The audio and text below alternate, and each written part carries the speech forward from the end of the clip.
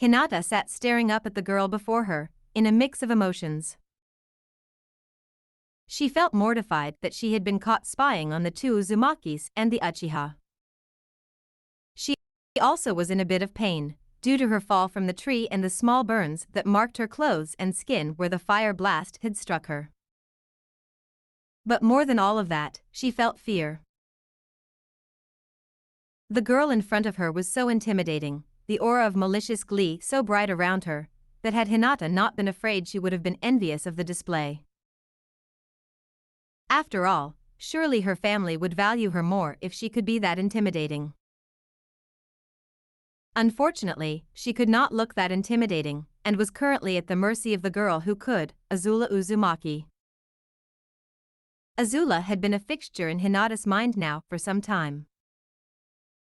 When she first saw the older girl, she hadn't known what to make of her. She had been looking for her crush, Naruto, in the village so that she could indulge in her habit of watching him from afar. When she finally found him, he had been walking next to an older dark-haired girl that Hinata did not know. It was weeks later when Azula had come to the academy that Hinata learned her name. It was also the first time that Hinata began to suspect that the older girl was starting to change her beloved Naruto. Her Naruto would never have struck such a fierce blow against his teacher. Hinata knew that it had to be a new influence on the boy that would cause him to do such a thing, and the only new influence that she had seen around the boy was Azula. With these things in mind, she had followed Sasuke and Naruto as they left the academy to meet up with Azula. She had intended to spy on the group and learn what sort of things this girl was teaching them, to see if she truly was corrupting the boy she loved. Of course, before she had been able to learn anything, she had been discovered. She had been knocked from her hiding place, and before she even had the chance to explain what she had been doing. Azula had dragged her off into the trees and thrown her on the ground before her. "Well?" Azula said. "Who are you, girl, and why were you spying on us?" Hinata started to stammer out. Azula rolled her eyes. Great, she had gotten a stutterer. How was she supposed to properly interrogate this silly girl and learn what she was here for if she couldn't even form proper words? Still, she did need to find out why this girl was spying on her and Naruto and Sasuke. "Oh, come on girl, spit it out." "I'm not going to hurt you, not yet at least," Azula stated. That comment nearly made Hinata collapse into unconsciousness, but she fought to stay awake. There was no telling what would happen to her if she fainted in front of this cruel girl. Furthermore, now was her chance to find out what Azula's intentions were with Naruto. She had to stay strong and force herself to get through this. "I am Hyuga Hinata. I came here to see how Naruto-kun was doing after what happened with Mizuki-sensei." Azula narrowed her eyes and the blue-haired girl. "Why were you hiding in a tree then? For that matter, why didn't you just talk to him at the academy? Surely there was nothing keeping you from approaching him there or earlier in the day." Azula's voice trailed off as her mind began to look over what she had learned of this girl. Azula lifted her right hand to her mouth and crossed her left arm over her stomach as she let out a positively malicious laugh. She couldn't help herself. If the situation was what she thought it was, then this girl was even more pathetic than she looked. Oh, and the fun she would get out of this conversation would be satisfying indeed. "Why are you laughing?" Hinata asked, giving the older girl the best glare that she could, which wasn't very good. Azula let out a few more dark chuckles before turning her gaze back on the younger girl. "Because of you," she answered. "Well, really because of how pathetic you are. I'll bet just about anything that you have pretty big crush on Naruto, and that since you're so painfully shy, you can't even say a single word to him." Azula smirked as she watched Hinata's face get covered in a rather impressive blush. So tell me girl, why do you like my Naruto-kun? Azula asked, using the phrase my Naruto-kun to both mark her own territory and to try and infuriate the girl. Hinata for her part blanched when she heard the older girl's words but did her best to remain strong and confront this girl. This was for Naruto. I dash, because he is my hero. He is strong and kind and he never gives up, even when he fails or others try to push him down. And Naruto-kun is always nice to everyone and he would never hurt anyone, at least and not you until. Hinata's words started coming out more in stutters as she lost her confidence and momentum. Until his fight with Mizuki, Azula said, picking up the sentence where Hinata had left off. And he would never have done such a thing before he met me, is that what you are trying to say, girl? The white-eyed girl looked at Azula warily but nodded slowly. Azula merely gave a grunt and crossed her arms. Well, too bad. Naruto isn't here to be your shining golden hero, he isn't here to be your paragon of kindness. You said he would never intentionally hurt someone? I don't think I've ever heard someone say something so foolish. He is training to become a shinobi, a hardened killer and soldier.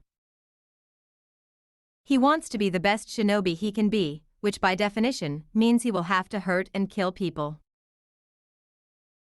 You might be right in thinking that I jump-started his exposure to that hard fact, but I guarantee that he would have had to hurt someone later on. If your impression of him was right, then it is probably a good thing I met him when I did, otherwise he might have learned that lesson too late and gotten himself killed. It is clear to me based on your words earlier that you're little more than a weakling, girl. Not only that, but if you think that Naruto will swoop down one day and save you from all your insecurities and shower you with all the attention and praise you want, then you are not just a weakling but a delusional one as well. It was at this point that Azula's face gained an especially hard look. But let's assume for a moment that your delusions are more than that one day Naruto notices you and comes and sweeps you off your feet. What makes you think you are worthy of his attentions? Naruto is related to me by blood, girl, which means that he is royalty, true royalty, unlike most of the clans here in this village. I understand that your clan is held in very high esteem here in Konoha and even in some areas in other nations. But believe me when I say that your bloodline's nobility has little meaning before the ancestry that Naruto and I share. We are not just part of a random clan of warriors, we are descended from the strongest warrior nation to ever exist, and more than that, we are from a bloodline that was granted rule by divine right. I'll tell you another thing as well, even if your clan's blood was worthy of mixing with ours, you specifically are not. You are far too weak and pitiful to ever be worthy of Naruto, so take my advice and just give up on ever being with him. Azula stood there for a moment, letting her words sink into Hinata, before turning and walking away. Hinata for her part just sat there on the ground, tears welling up in her eyes. She couldn't believe what she had just heard. This girl had taken everything that she loved and admired in Naruto and torn it to shreds and told her it was nothing but a childish dream. She had told her that she was completely unworthy of ever having Naruto's attention, let alone his affection. Azula had even said that her clan was unworthy their bloodline, something that Hinata had never heard of anyone doing. Worst of all, she had told the younger girl to give up. No one in Hinata's family, save for Neji, had ever told her to give up. Her father often told her how disappointed he was in her, but he had never once told her to stop trying for something no matter how badly she was outmatched or unsuited for the task. Neji had told her to give up before, but Hinata always assumed that he only said such things because he was still upset over his father's fate, that he didn't truly mean it, but her father, who never spoke anything but cold hard facts, had never once told her to give up. Yet this girl, Azula Uzumaki, had flat out told her to give up, as if it was an order to be obeyed absolutely. Hinata looked up at the older girl as she walked away and in a moment of despair and utter rage gained the courage to once again speak up. Why, you don't know Naruto-kun? You probably don't even care for him like I do. Why, you're just a monster. Azula stopped mid-stride and turned her head back to look at the Hyuga, giving a small smirk as she did so. Maybe I am a monster, but I am also the person who's done more for Naruto than anyone else before me, and I am the one for whom he cares most in this world. That is more than you will ever be able to say. With those final words, Azula turned away from the other girl once more and walked off through the trees back to the training ground where Naruto and Sasuke were waiting, leaving Hinata sitting on the ground as tears began to fall freely from her eyes. Azula walked back onto the clearing where she had left Sasuke and Naruto. She found the two boys sitting and conversing quietly, although they broke off their conversation when they saw her approaching. Naruto jumped up and trotted over to Azula, meeting her halfway. Hey, Azulaheim, who was that? I think I recognized her for a moment. What did she want? Naruto asked. Azula smirked as the boy all but bounced his way to make sure that a Hyuga girl was alienated from Naruto. Another rival for the boy's affections just would not do. No one you need to worry about, Naruto. It was just an annoyingly nosy person who would have interfered in our meeting. Naruto stopped his bouncing and blinked pensively. Oh, okay then. Naruto was still curious about the girl and he was fairly certain that he recognized the girl from his class at the academy, although he couldn't remember her name. She was so shy and quiet half the time he forgot she was even there. Still, he would take the time to talk to her when next he saw her, and then he could find out why they had been watching the meeting. With that matter settled for now, Azula looked up from Naruto at Sasuke, who was still sitting where he had been. The dark-haired boy interested Azula. She had been able to observe him for only a few moments thus far, but he displayed qualities that she liked. There was a seriousness about him that indicated he was far less inclined to treat his training as a game. Furthermore, he carried himself in a way that showed he was constantly on guard, ready to react to a threat at moment's notice.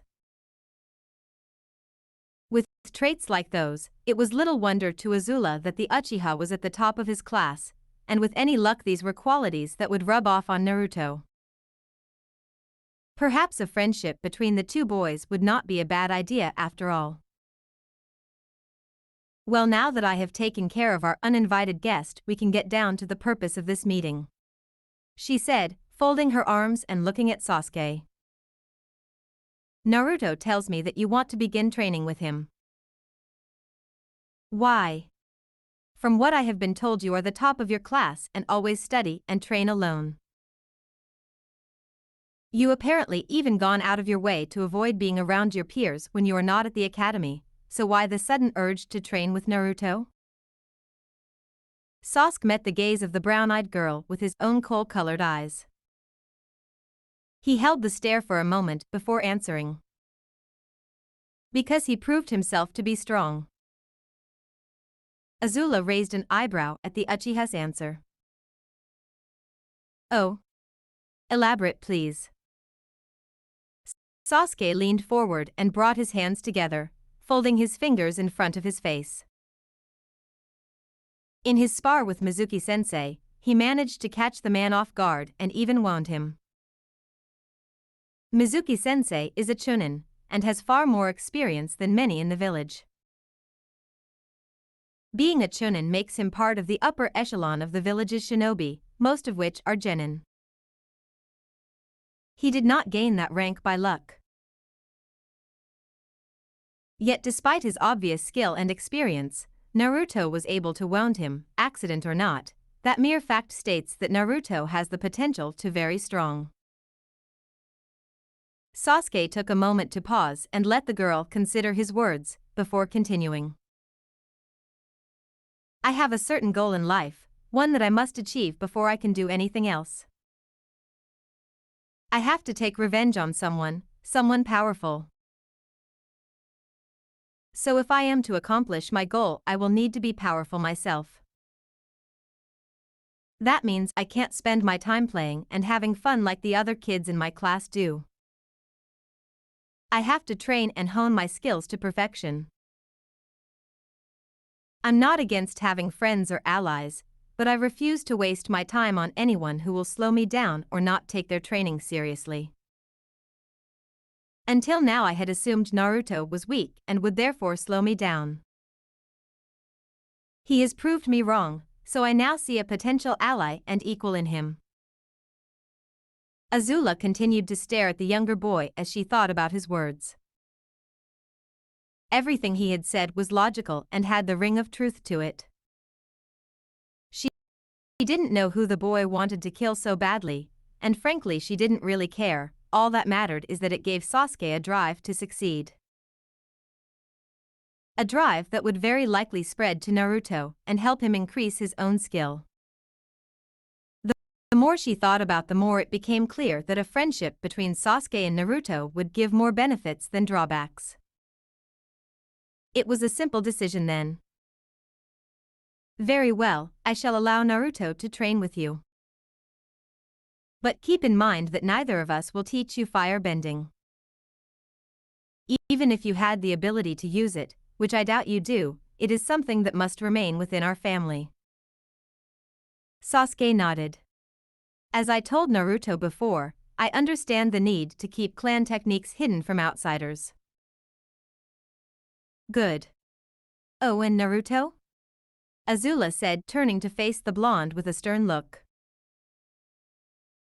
Naruto immediately straightened up as Azula addressed him, giving her all his attention. Yes, Azulaheim? I don't think this will be much of a problem with Sasuke-san, but on the off chance you two decide to stop training and do something else, please refrain from pulling any pranks.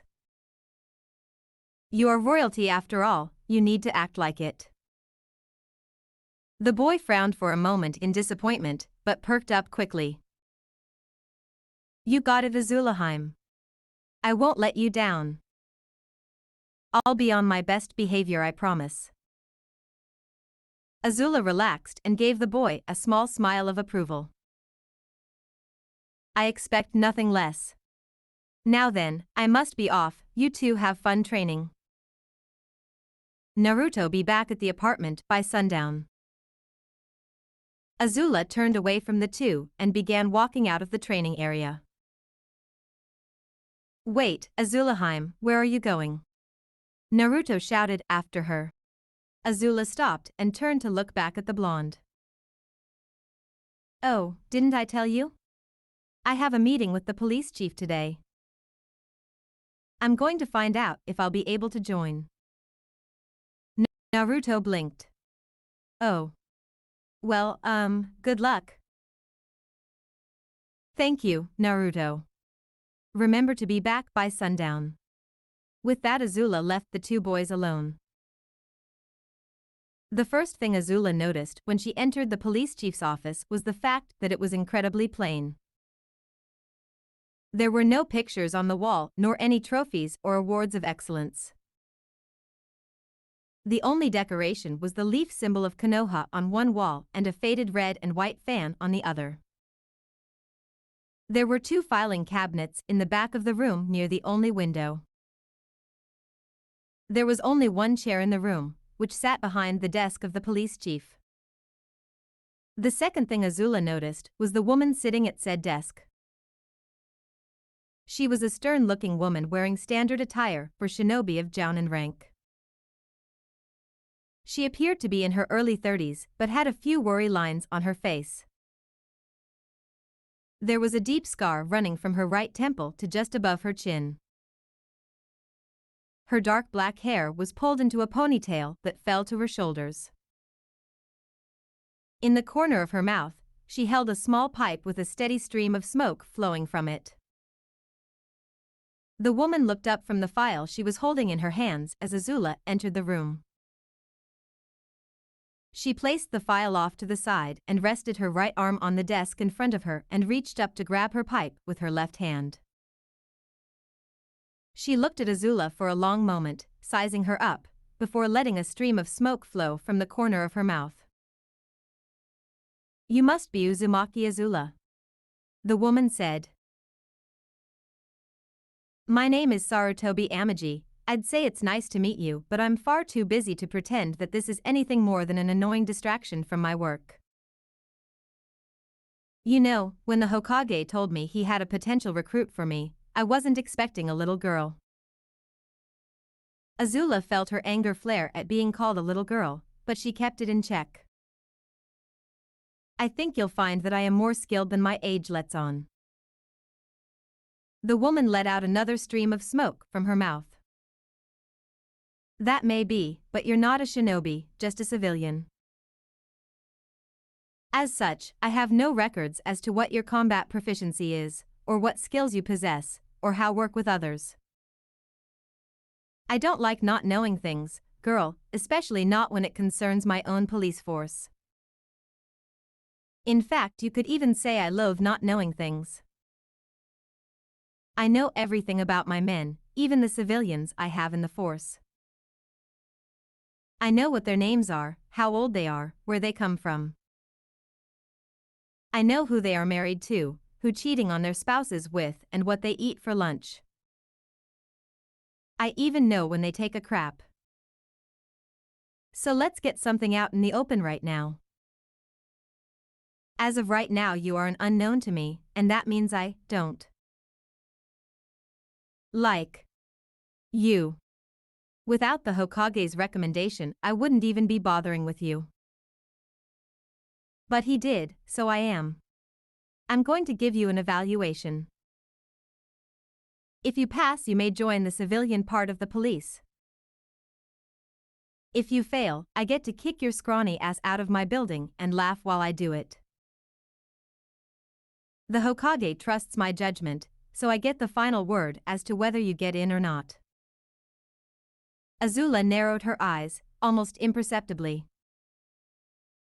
This woman was certainly trying her nerves. Were she not a shinobi, Azula would already have put her in her place. "I see. Well then, what is this evaluation you have set for me?" "I'll tell you in a moment. Before we get to that, I want you to answer something for me first, girlie." "Oh? And what is that?" "The Hokage sent me that recommendation several weeks ago. Why did you only ask to come in a few days ago?" "I am new to this land. The land where I come from is very different culturally, and we even use a different writing system. I wanted to take time to learn how to interact with the people here and how to read and write in the same way that you do. It would have been foolish to become a member of the justice systems, no matter how skilled I am, without such basic knowledge." Amaji leaned back in her chair and huffed out another smoky breath. "I'd ask where you were from, but the Hokage made it clear that it's classified." "Another unknown, I hate those, I really do." "You did pass the first test, however. Had you given another answer that implied that you were lazy or just forgetful, I would have kicked you out immediately. As it is, we can move on to the fun part of your evaluation." The older woman pressed a button on her desk and said, "Please send Nagata in." A moment later the door opened and a young man walked in with a dog at his side. The man had shaggy brown hair and had red markings on his face. He wore a black jumpsuit under a green flak jacket with the Konoha leaf and the police force emblem on his left and right shoulders. The dog at his side was large enough to come up to his elbow and was covered reddish-brown fur. The man straightened up a bit as he addressed the police chief. "You called for me, ma'am?" Amaji nodded. "Yes, Nagata, I did. This is the person the Hokage recommended. I want you to take her on your route today and see how she performs. Report back to me when you finish this evening." "Yes, ma'am," the man said before turning to Azula. "Follow me, please." Azula nodded and followed the man out the door and through the building. As they walked, the man turned to her and spoke. "I'm Inuzuka Nagata, by the way." Beside him the dog gave a loud bark. "Oh, and this is Ogi, my partner." "Uzumaki Azula," was the short reply the girl gave. The Fire Nation princess was in a bad mood after dealing with that crude woman and was in no way inclined to make small talk with a stranger. Nagata, however, either did not pick up on that or just didn't care because he kept on talking. "You're pretty young to be joining the military police, even if it's just on the civilian side. But I guess you must be pretty good if the Hokage gave you a recommendation. Sorry about the chief, by the way, she's just a little gruff with newcomers. Once you prove yourself, she'll warm up to you fast enough. Just don't piss her off, she's real tough. She fought in the last war at a young age and rumor has it that she even got sent on an S-rank mission or two, but that could just be idle gossip. Anyway, I should probably explain how this whole evaluation will work. For the first half or so of my route you're going to observe me and how I interact with the civilians and shinobi. During the second half I'm going to let you take over and see how you handle things based on what you've learned. If you do well, you get to join the civilian side of the police. That means that you will deal with the civilians of Konoha more than the shinobi." That made Azula glance at the man. "Why don't you have the shinobi and non-shinobi police deal with both groups?" "Oh, we do," he replied. "We just try to make sure that non-shinobi officers deal with non-shinobi and vice versa. We've found that civilians react better to non-shinobi officers. They feel more at ease talking to them. Likewise, shinobi feel more at ease with shinobi officers. They tend to feel like they are above the civilians, or at least like the civilians can't understand them. Of course, this is a relatively new system. All the officers were shinobi until the Uchiha clan got wiped out. They were in charge of the military police before then. That was about 3 years ago now. It was such a tragedy." Azula filed that information away in her mind. The Uchiha had been the ones in charge before? And they had been wiped out. Perhaps this had to do with Sasuke's quest for revenge. Although these facts were idle curiosities to the girl, they could prove useful later. Azula brought herself out of her thoughts and began to focus on studying Nagata's interactions with the people of Konoha. For much of the walk, Nagata just walked around the city blocks looking around and observing people. Occasionally someone would walk up to him and start a small conversation, where they would ask how he and his family were, then he would introduce Azula to them. The conversations always ended with the people wishing Azula good luck and walking off to continue whatever errand they were on after giving Ogi a pat on the head. Twice on the route Nagata had to break up a small fight in the streets. One of the fights was between a particularly volatile couple, who couldn't seem to stop shouting at each other until they were threatened with being taken down to the police headquarters. The second fight was a brawl between two young genin, who had an argument over who had done better on some mission. They didn't use any ninjutsu, only threw fists at each other and disrupted the restaurant where they had been eating. This fight was actually the easier of the two to handle. Nagata simply pulled the two apart, told them that their behavior was unacceptable and threatened to call their sensei. Finally, after about 3 hours, Nagata turned to Azula. "Okay, Uzumaki-san, it's your turn. It's been pretty quiet today, so I don't think you will have to worry about much. Just do what I did and you'll be fine." Azula folded her arms and huffed out a breath, before walking ahead of the man, saying fine. "This doesn't seem too hard." Azula continued to walk down the street observing people and keeping an eye out for trouble, turning down different streets whenever Nagata told her to. Before long, another hour had passed and the sun began to set in the sky. "All right, Uzumaki-san," Nagata said, stepping up beside Azula. "It looks like we are just about done for the day. We'll head back to headquarters and let the chief know." A shout from around the corner of the street interrupted the man, and he and Azula ran towards the noise. Once they cleared the street corner, they found an older-looking man standing outside a shop shouting down the street after someone. The two slowed down as they neared the man and Nagata tapped the man on the shoulder to get his attention. "Hey, what happened? Why all the shouting?"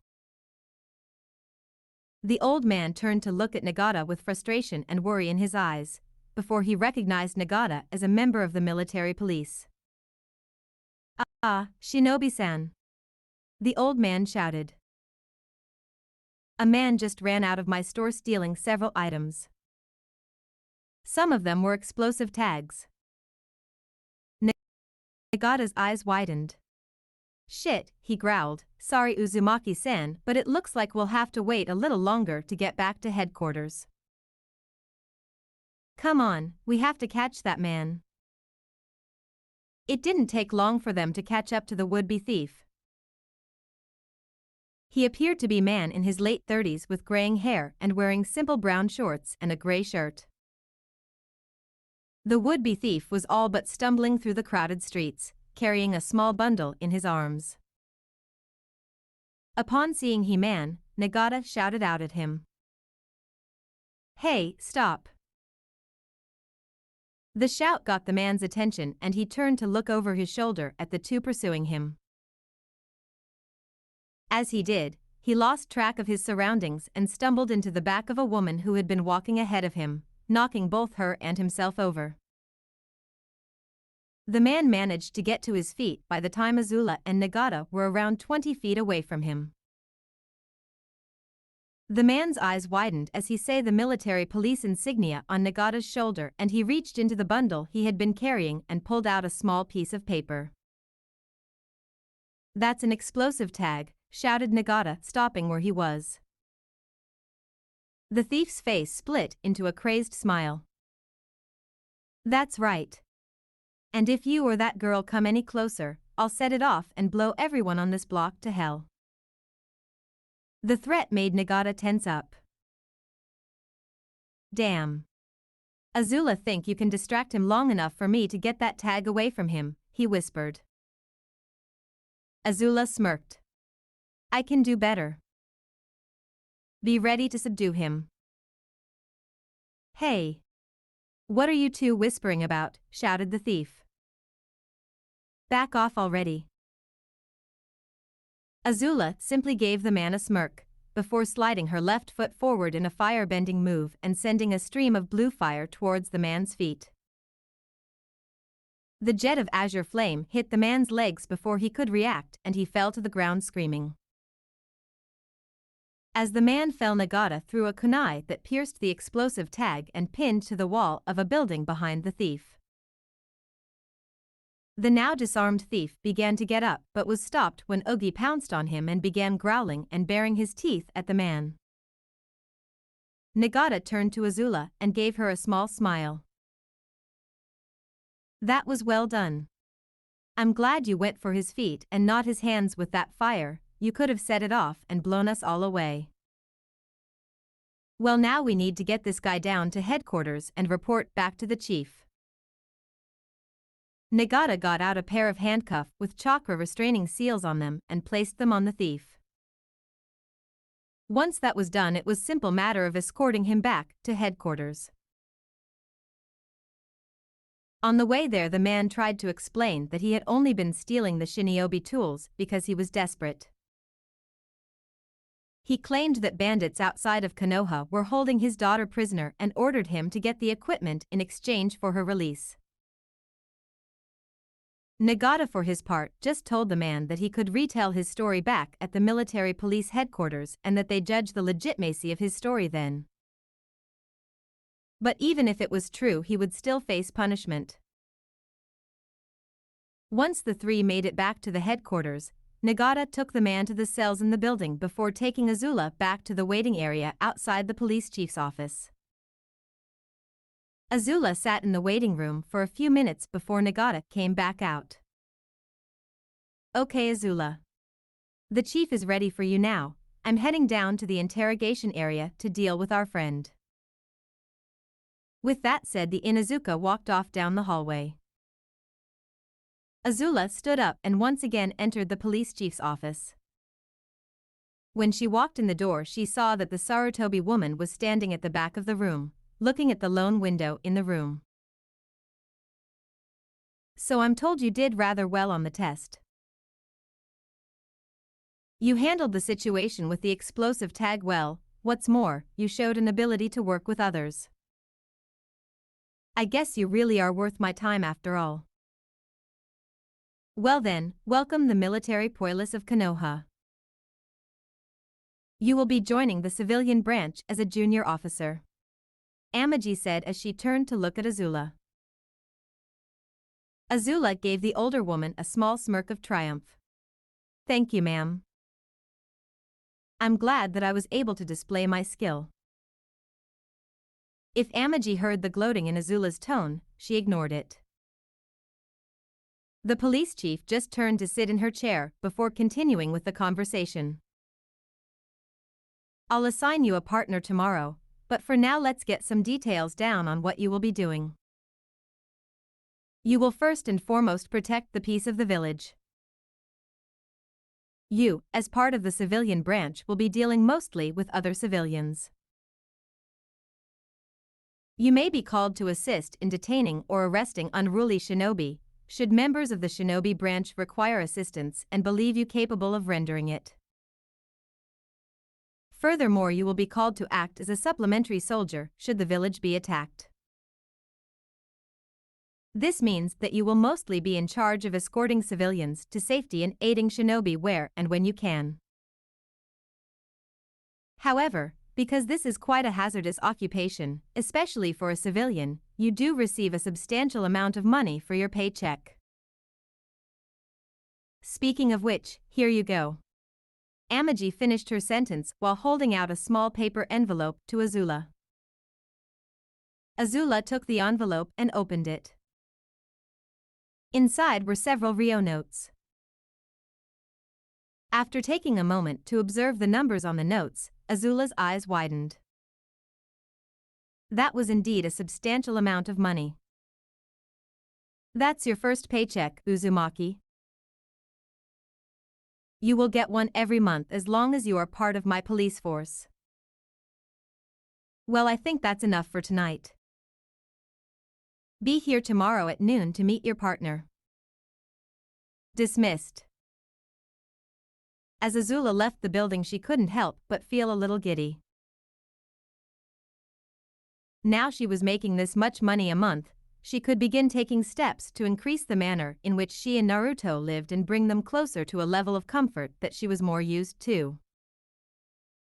She also thought of a good way to spend some of the money immediately. With a goal in mind, she sped off to the shopping district to try and get to one of stores before they closed. A few days later.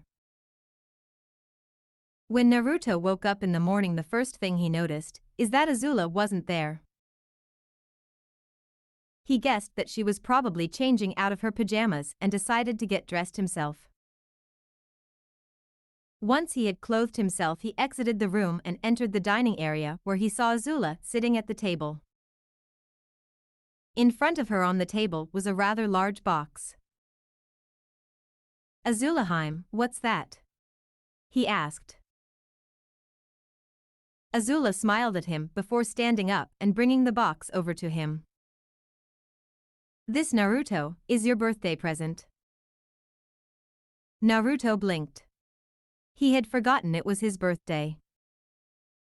To him it was usually just a day of disappointment, so he had loved himself to just see it as a normal day, like any other day. So even when Azula had brought up the idea of celebrating his birthday a few days beforehand, he had actually forgotten about it. But she had remembered, and she had even gotten him a present. Those simple facts filled Naruto with immeasurable happiness. The young boy rushed over to the princess and gave her a heartfelt hug. A hug which, much like the last one he had given Azula when they last discussed his birthday, filled her with a strange emotion which had trouble identifying. In an effort to distance herself from the feeling and to get the box out from between her and Naruto, she pushed the boy away gently. "I'm glad you're happy, Naruto, but you should probably open your present." Naruto looked up at the older girl, beaming. "Okay, Azulaheim." The boy took the box from Azula's hands and laid it on the ground before tearing into it with a stunning amount of ferocity. Once he got the package open, he pulled out its contents. In his hands he held a brand new outfit. It consisted of black, loose-fitting pants and shirt, with red armor plates on the biceps and forearms. It also had armor plates that fell down to cover the outer parts of the thighs, and it had sectional armor on the chest area. "Do you like it?" Azula asked him. "I found a shop that sold armor designed after the type that shinobi wore during your great clan wars, and I thought a set might be good for you." Of course, I asked them put together a modified set, so that it could more closely resemble the armor of my country. I put it on a rush order, obviously, as well. See the armor on the chest area? That is more or less what the armor from my homeland looks like. Although I suppose it's your homeland as well, Naruto." Naruto wiped some tears out of his eyes. "Thanks, Azulaheim, I love it." "What do you mean it's my homeland as well, though?"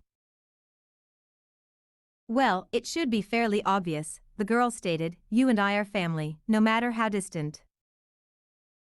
That means my family is also yours, and my land is yours too.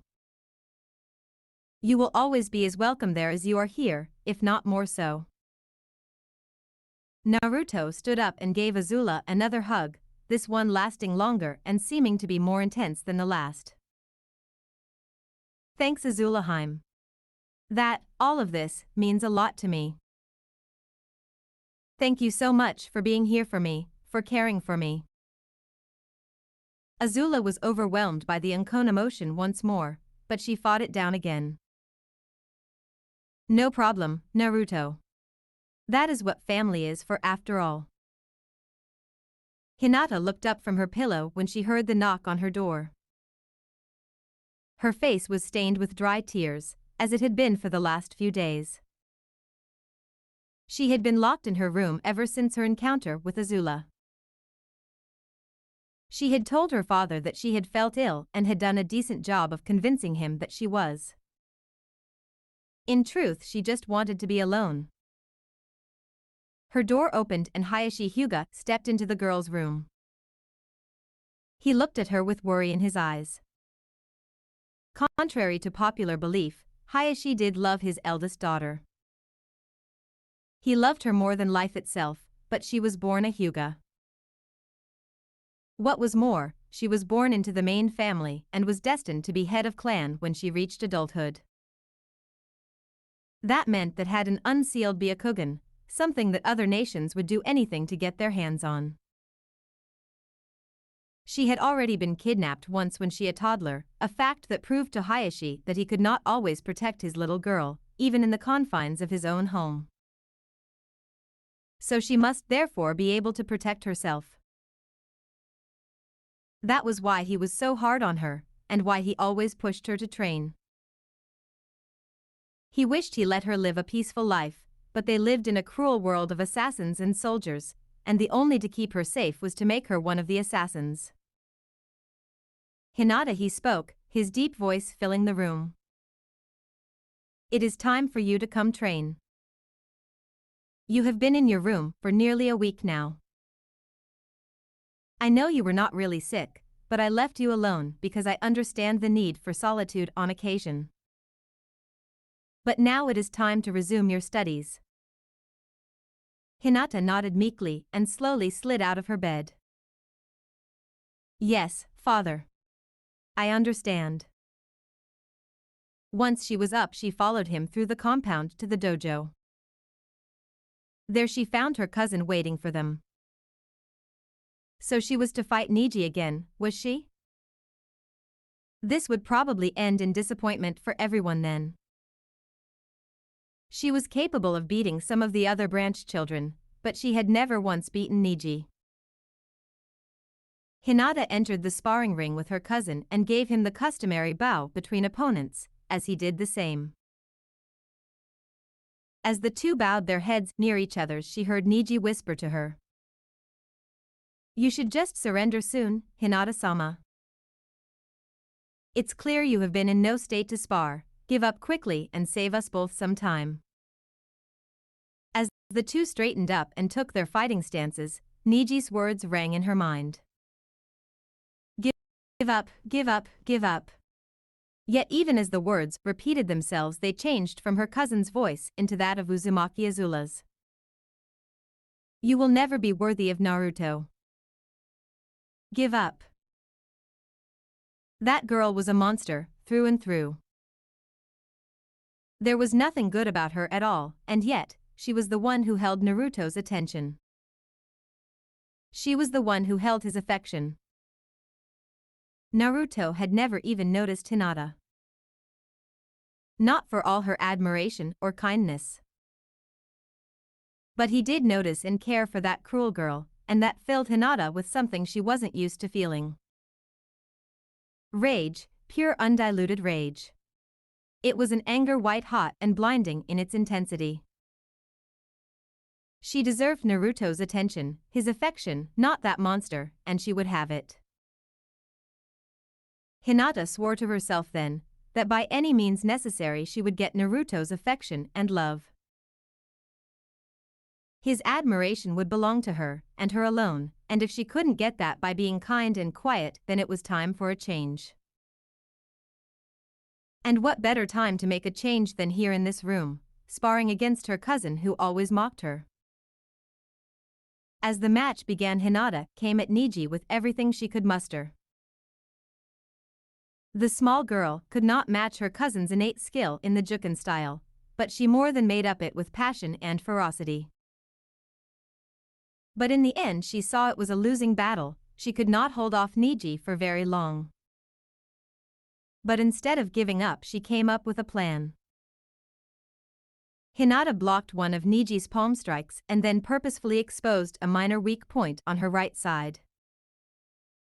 Niji, thinking she had gotten sloppy, took the bait and struck her with a strong, painful blow. Hinata grimaced and then smiled because she had tricked her cousin. As he extended his arm to strike her side, he had left his chest open to attack, so before he could bring his guard back up, she lunged forward, putting all of her sorrow, anger, and pent-up aggression into one final strike, trying to make it hit home. It paid off. Her palm struck Niji hard enough to knock him to the ground and send him sliding a few feet across the floor, until his head was outside the sparring ring. Hinata had just won by getting a ring out on her opponent, but rather pause and enjoy her victory, she turned to her father. "Excuse me, father, but may I leave now? I have much to think on." Hayashi, who was completely stunned, simply nodded, unsure of how to react. Hinata quietly left the dojo and headed for her room. As Hayashi looked between his equally stunned nephew and the doorway where his eldest daughter had just left, he felt himself trying to reconcile his emotions. He knew he should be proud that his daughter was making progress, but instead all he felt was even more worry than he had before. Zuko walked down one of the many halls of the Fire Nation Palace, specifically the hall that led to his father's audience chamber. It was his first day back in his home country, and the Fire Lord had summoned the young prince to give a report on the events of Ba Sing Se.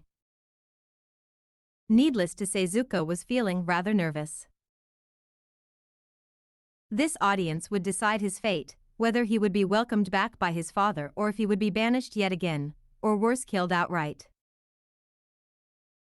Yet as nervous as he was, the Fire Nation prince did not feel fear, not as he had come to know the feeling anyway. He was anxious, but not scared, as he thought he would be when he met his father after his long banishment. As Zuko walked down the long hallway, he couldn't help but wonder if this lack of fear was a result of his time spent wandering the rest of the world. Or perhaps if was a trait gained more recently when he had helped his sister conquer Ba Sing Se from the inside. That whole incident had been a disaster in the end, and it had forced Zuko into a situation unlike anything he could ever have imagined. After Azula had vanished and the Avatar and his group has escaped with the aid of Iroh, Zuko had been left in charge of the Dai Li. Of course, the Dai Li had known nothing about Zuko, other than that he was Azula's brother and that he had the support of Mai and Tai Li, Azula's right hand, during the conquest. Yet despite the fact that Zuko had the support of the two Fire Nation girls, he had grown increasingly nervous and scared due to the recent events. He had joined Azula in fighting the Avatar and his friends because he knew that she could vouch for him when he confronted his father. He knew that she could help restore his honor, but now she was gone and he had no way to look for her or even how to get her back if he found her. So now he had no way of knowing how his father would treat him without his sister there with him. What was more was that the Dai Li's loyalty had been hanging by a thread. They had abandoned their leader to follow Azula because she had demonstrated her will and power to them, but without her around there was nothing keeping them loyal to the Zuko, Mai, and Tai Li, outside of the fact that they had already gone through with the coup. Yet mutual circumstance could only maintain loyalty for so long. Of course, Zuko knew that if he showed any of his own anxiety or fear, the elite earthbenders would sense it and leave his leadership for another. Fortunately, Mai had told Zuko what Azula did to earn the Dai Li's fealty. Knowing this, Zuko came up with a plan. The Fire Nation prince would wait until the Dai Li's loyalty was at its end, when it was at the most strain. He would then take the opportunity to launch a preemptive strike against any conspirators in the group. He had to admit that it wasn't his best plan, and it felt at odds with his own nature, but he was in a desperate situation and that meant he had to make decisions under pressure as best he could. His plan was a gamble, a big one, but if it worked it would shock the Dai Li into following him as they had sister. It didn't take long for the rumblings of betrayal to start. Less than a week after the coup, Tai Li overheard two of Dai Li discussing whether or not they should free Lan Feng and have him replace Zuko. When Tai Li, he had her describe the two in detail to him, before calling an assembly of the Dai Li. When all the members of the elite bending group had assembled into two lines, Zuko had walked down the lines, much as his sister had. Zuko also gave his own little speech to the earthbenders, just as his sister had. "My sister told you all before the coup began, that if she sensed any hesitation or any disloyalty that she would snuff it out. It seems that some of you have forgotten her words, however, as whispers of betrayal have been heard. Zuko had said as he paced up and down in front of the line of men. Eventually he spotted the two men Ty Lee had described, standing next to each other. Zuko walked toward the end of the line where they stood as he continued his speech. My sister is not here anymore, and some of you seem to think that this means that her words no longer hold any meaning. Well, I am here, and I will give you the same words. Disloyalty will be snuffed out. As the dark-haired prince finished the words, he came to a stop in front of the two would-be traitors, not looking at them, but further down the line. Acting as if he were merely pausing before continuing his pacing. But instead of walking by them, he turned his body towards them faster than I could track and struck like lightning. He raised his hands to the men's faces with open palms and unleashed a blast of fire as he grabbed onto their heads. The two jerked and tried to escape his grasp, but he clamped down harder and pushed more flames from his hands. The fire swirled over the faces of the two men, and they let out truly blood-curdling screams as their skin blistered and cracked, and their eyes boiled and exploded. When Zuko finally let go of the men, their bodies fell to the ground, masks of melted flesh, blackened bone, and blood where their faces used to be. The sight was horrifying, and the stench was even worse. The whole scene was disgusting, but it was the act itself that caused Zuko to become sick to his stomach. He was a warrior prince of the Fire Nation, so he was no stranger to killing, but he had never done something so sadistic or outright cruel as this. He wanted nothing more than to drop to his knees and throw up everything he had eaten for last 2 years. He managed to squash down the guilt and self-loathing the act brought him, however, and continued to address the Dai Li. I am not a fool. I know that some of you think that I am not worthy of your loyalty. These two men had such thoughts and were plotting to betray me, so I ended them. I promise you all now that if you seek to betray me, I will do the same to you. I am not a cruel leader, but I am strict and I demand absolute loyalty. So long as you are loyal to me and my companions, I will treat you well and do my absolute best to be worthy of your fealty. Betray me and you will burn. You are dismissed. With that, Zuko had turned on his heel and walked out of the Earth Palace's throne room and to his quarters, followed by Mai and Ty Lee.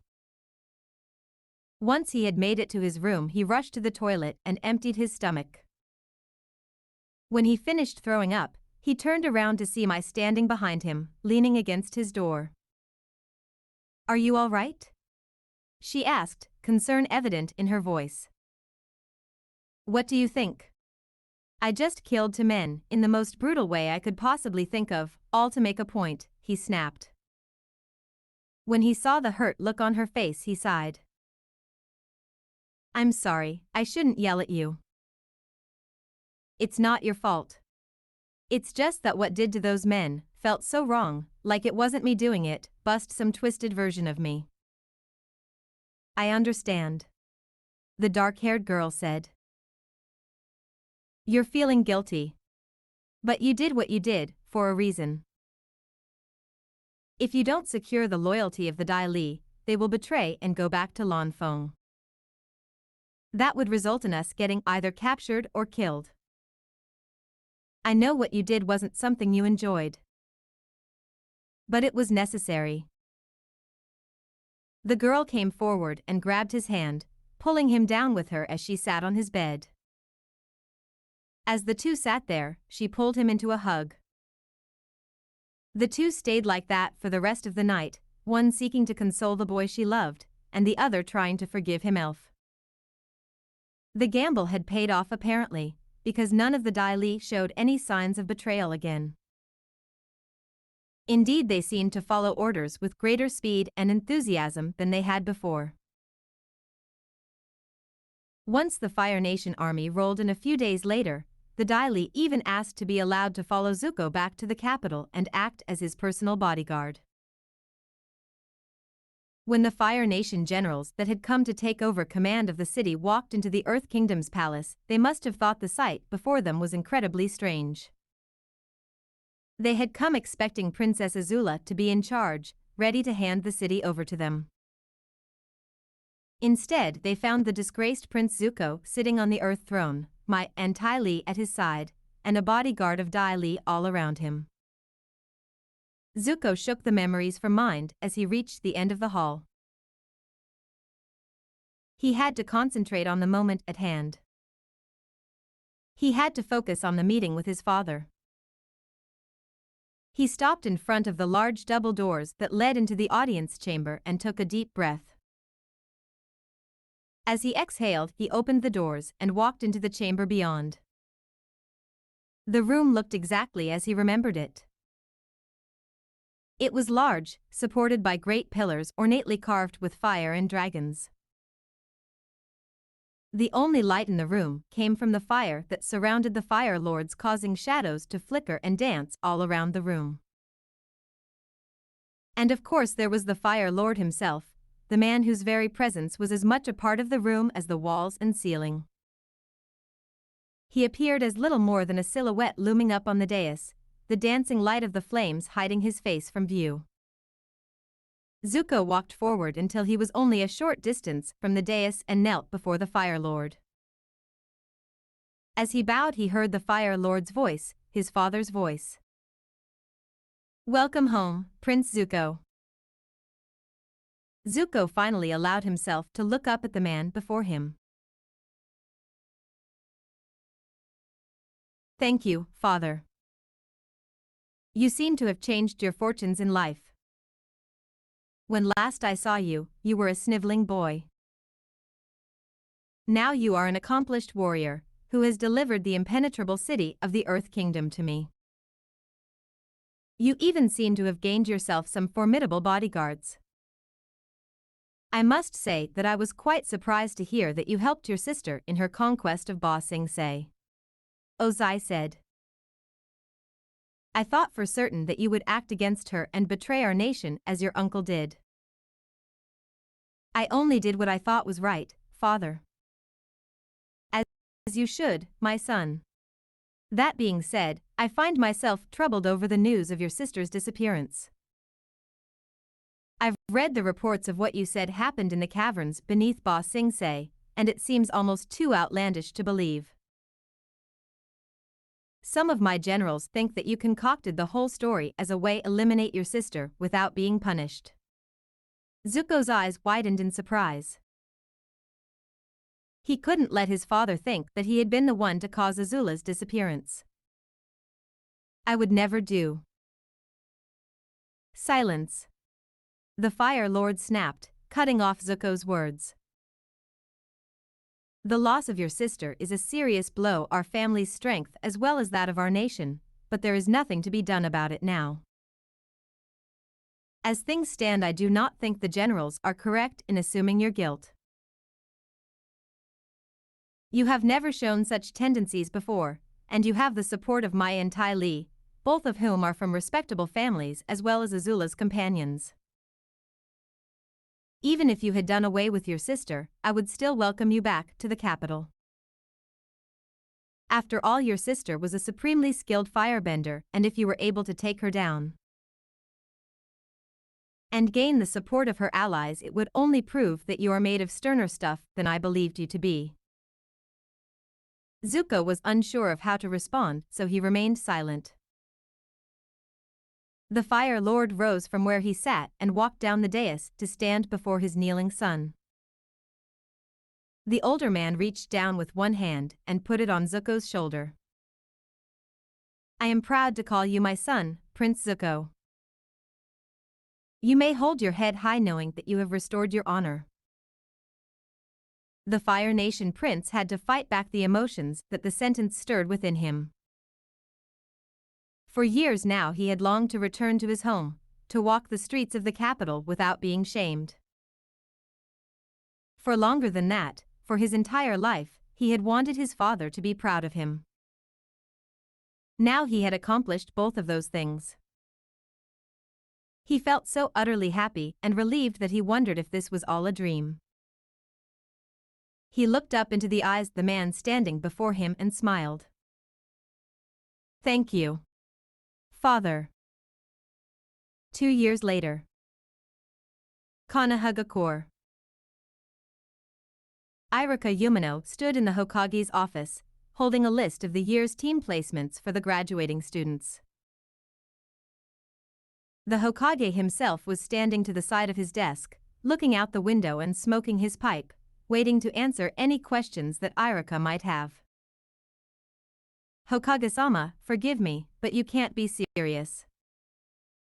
One of these teams is made up of 3 of our best students. It's not balanced at all." The Hokage turned to look at the scarred Chunin. Smiling around his pipe, the elderly man said, "Ah yes, I assume you are speaking of Team 7. I can understand why you would think that is an unbalanced team, but I assure you I have my reasons."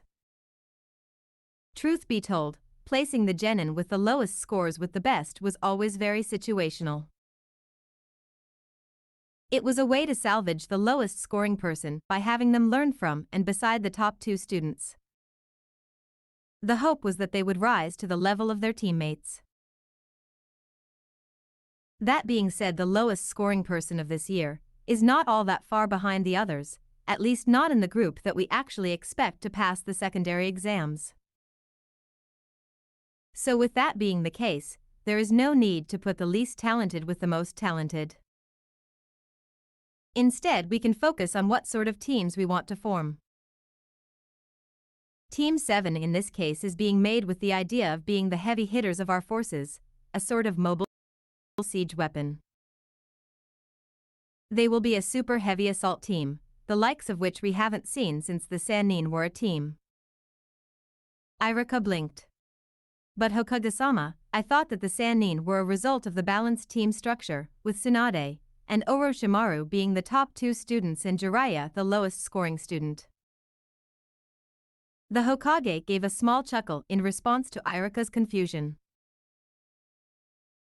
It's a common misconception to think so, but the truth is that, while Jiraiya may have been the least skilled of the 3, he was still considered a genius. He graduated the academy at the age of 6, you know. So you see, Jiraiya was never the weakest link in the class, he was merely the least of the best. A fact he worked hard to change. With a little luck, Team 7 will be the second coming of my old team. "I understand, Hokage-sama," Irika stated, but still sounding a little unsure. "I can see how they would work together well, 2 of them already seem inseparable, but the third may not quite mix as well." The Hokage puffed some smoke from his pipe. "Perhaps, but that is a risk with all new teams. If they are worthy of being shinobi, then they will overcome such obstacles. Now, unless you have any further concerns, I think it is time for you to get the academy so you can announce the team placements, Irika." "Yes, Hokage-sama," Irika said, giving a small bow before heading out the door to the office.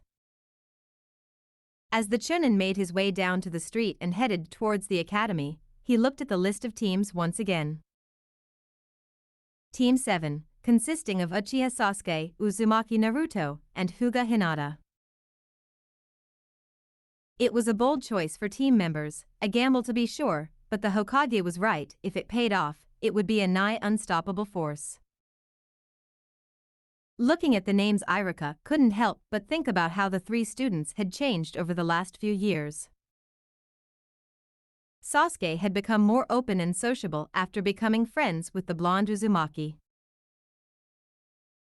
He was less prone to ignoring those around him and occasionally would talk to the students who sat near him, or when he was assigned to work in groups. He was still quiet, of course, but he wasn't flat out cold like he had been in the past. The boy had even occasionally gone out of his way to help others when he saw they were making mistakes. One such instance happened when he noticed Naruto kept failing the clone technique. He discovered that the blonde had been putting too much chakra into the ability, something even Iruka hadn't considered. When they brought the matter to the attention of the Chunin, he had given Naruto a set of chakra control exercises to work on. Even then Sasuke had helped Naruto with the exercises. In the end, Naruto had been a good influence on the Uchiha. Naruto himself had gone through a change as well, whether from his friendship with Sasuke or influence gained from his relative and guardian, Azula, was anyone's guess. Personally, Iruka suspected it was a bit of both. Whichever was the case, Naruto had begun taking his studies and training far more seriously than he had before, which led to his scores shooting to the top of the class right up with Sasuke's. It also gained the boy quite a lot of attention from the girls in the class. He now had his own official fan club, which often fought with Sasuke's fan club over which boy was better. Of course, Naruto had also become a little arrogant as well, not horribly so, but it was noticeable. He would often take his successes in sparring matches for granted, as if he knew he was going to win, and while he never insulted his opponents or belittled their efforts. It was a trait that could get him in trouble later on in life. Naruto's habit of playing pranks on people had continued through the years, however, but now he had a partner in crime. He had somehow convinced the Uchiha to join him in his practical jokes, and the two had become quite the little devils when they wanted to be. That being said, the pranks were not as immature as they once had been, and usually were related, in one way or another, to actual training. Take for example the time that the two boys had convinced their respective fan clubs that they had been kidnapped,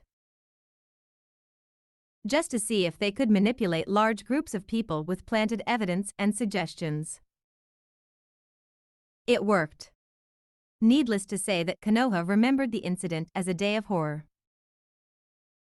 Iruka was glad that Naruto had managed to grow and make friends.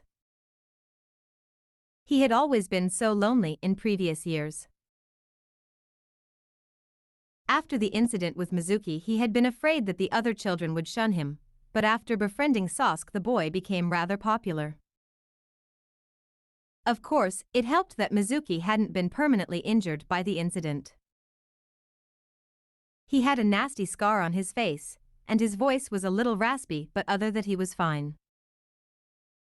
That being said, he had been transferred to another class to help prevent any bad blood between him and Naruto. Accident or not, he was still angry over what happened to him. Lastly, there was Hinata. The Hyuga girl was the one who had changed the most over the last 2 years, although Iruka wasn't sure that the changes were all good. Where the young Hyuga had once been quiet and overly shy, now she was confident and calculating. The girl still didn't talk much to her classmates, but that was because it was now simply hard to hold a conversation with her, rather than due to any amount of shyness.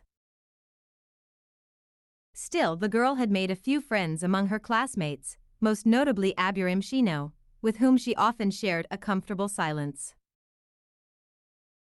Iruka suspected that the two enjoyed the company of the other, not because of any shared interest, but because neither judged or annoyed the other. Hinata's scores had shot up in the recent years, both academically and in sparring matches. She had some of the highest scores in terms of book smarts. When it came to memorizing historical facts, calculating the trajectory of a kunai, or knowing which plants were poisonous, she was second only to Haruno Sakura. More impressive still was the talent that Hinata displayed in combat scenarios. She had proven herself not only to be the fastest and most nimble person in the class, but also the most ruthless. She was always quick to pounce on a weakness, whether that weakness was sloppy form or an injury that hadn't fully healed. More than once Irika had to send the Hyuga's opponents to the infirmary for several hours. Perhaps the one thing that had not changed about the white-eyed girl was her affection for Naruto. She no longer fainted when he spoke her, or blushed when he looked her way, but her affection was still obvious to those who knew to look for it. She would never fully meet his eyes in a conversation, and was always quick to support a decision he made in group exercises. And when she spoke to him her voice held a softness in it that wasn't otherwise present. She always seemed to be elsewhere whenever Azula Uzumaki showed up, however, as if she were avoiding Naruto's guardian at all cost. Irika sometimes wondered what had transpired between the two to cause this. Yes, in 2 years these 3 students had changed dramatically, and now they were being assigned to the same team. Irika understood why the Hokage thought the team would work well. With Sasuke eventually unlocking the Sharingan and the ability to cast and see through genjutsu, as well as being able to copy other jutsu, he would be a threat to any enemy he came across. To say nothing of his already impressive skills in high-level ninjutsu and taijutsu. The raven-haired boy would be a devastating opponent to fight in a mid to long-range battle. Furthermore, he would be supported by Naruto, who had established himself as one of the best taijutsu users in the class.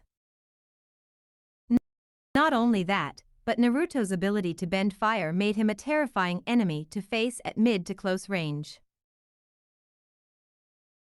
Add on top of all that, the fact that Naruto had monstrous chakra reserves with which he could throw around high-level jutsu as if they were shuriken, and you had truly dangerous shinobi in the making. And of course Hinata being a Hyuga was a deadly close-quarters fighter. Her pure speed and ruthless fighting style combined would make her all but impossible to fight without the use of long-range techniques. If one took into account the use of her Byakugan being able to give herself and her teammates information on enemy movements, then it became clear that this team would be devastating indeed. Of course that assumed that the 3 could work together and use all their strengths to help each other. He knew that Sasuke and Naruto would be able to work together, they had been doing so for 2 years now, but Hinata would be the odd one out. He was afraid that it might be like mixing oil and water. Irika was brought out of his thoughts as he reached the academy. He tried to prepare himself for the coming storm of questions and shouting that would accompany the team announcements. Students were always whining about why they should be on a different team when the announcement was first made. He reached the door of the classroom and took a deep breath before opening it and stepping inside. The classroom was a din of noise. All but a handful of students were talking loudly to each other, discussing what team they thought they would be on, or what they hoped their first mission would be like. 2 voices in particular could be heard over the others, those of Ino Yamanaka and Sakura Haruno. The 2 girls were arguing once again over who was prettier, and who was going to marry the boy of their dreams. Sakura was adamant that she would win Sasuke's heart and that one day he would come sweep the pink-haired girl off her feet. Ino proclaimed that she was object of affection for both Naruto and Sasuke, and that they would both enter a contest to see who win the honor of marrying the blonde girl. The 2 boys in question were sitting next to each other nearby and looked ready to kill the 2 girls, or jump out the window next to them if they needed to escape. They were 2 of the quiet students in the room. The other students, who sitting silently, waiting for the class to begin, were sitting in the back row of the room next to each other. The group consisted of Hinata Hyuga, Shino Aburame, and Shikamaru Nara. The last one was asleep at his desk. When Irika walked up to the front of the room, he tried several times to get the students' attention. After 3 unsuccessful attempts he finally lost his patience. Shut up, he yelled, as loudly as he could. Once all the noise died down, and students had taken their seats, the scarred Chunin cleared his throat before addressing the room. First off, let me say that I am proud of all of you. You have all passed your genin exams and now taking your first step on the path to becoming shinobi of the leaf. I know that no matter what happens, each of you will do your absolute best in the days to come and make our village proud. Now, I'll ask you all to remain quiet while I read off the team placements. Once I am done reading, wait here for your senseis to come pick you up. Irika waited a moment to look around the room, and when he saw that the students were indeed being quiet, he began to read the list. Team 1. Tano Natsu, Tosaka Masaru, and Amiya Hyde Sensei Ginshin Matu. Team 2. The list went on without interruption until he reached Team 7. Team 7. Uchiha Sasuke. The second the Uchiha's name left his lips, Irika heard many of the girls in the room inhale sharply, as they began praying to be on his team. Ignoring them, he continued. Uzumaki Naruto. At this point, the Chunin was interrupted by full-blown squeals of delight and excited muttering. He managed to catch the words, both of them on the same team. I'll be the luckiest girl in the world. Irika's eye twitched. Shut up, he commanded. He waited a few more moments just to be sure everyone had settled down before he read the last name. Fuga Hinata. At this point, Irika was interrupted yet a third time, as outraged cries from girls around the classroom broke out. Why isn't it me? What makes her so special? Don't put her on their team, she only likes one of them. Irika inhaled deeply before shouting at the class once more. Shut up. I don't want to hear any more complaining about team placements. They are made by your superiors and will stay unchanged unless you are told otherwise. Now sit down and be quiet. Once the girls had retaken their seats, the Chunin looked back down at the list. The sensei for Team 7 will be Hitaki Kakashi.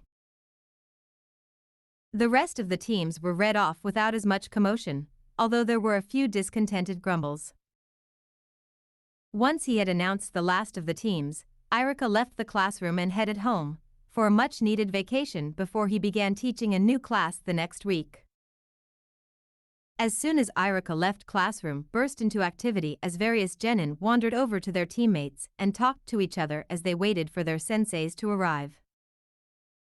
One such student was Hinata. The white-eyed girl left her seat at the back of the room to speak with Sasuke and Naruto.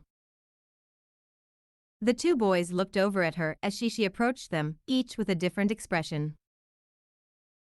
Sasuke's face held a passive expression, showing nothing of what he was thinking. Naruto, on the other hand, gave the white-eyed girl a smile. Welcome to the group, Hinata-san. As usual, when Naruto talked directly to the girl, she found herself unable to fully meet his eyes. She did manage, however, to give a small smile in his direction before responding. Thank you, Uzumaki-kun. I hope that we will all work well together in the future.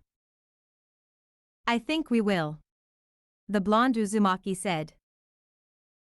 Why don't you pull up a chair, we can wait for our sensei together. Hinata gave a small nod. I'd like that.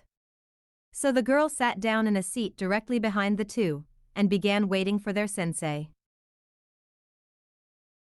She had meant to strike up a conversation with the two boys, especially Naruto, but now that she was sitting next to them, she couldn't think of a single thing to say. So she was stuck there, waiting in silence.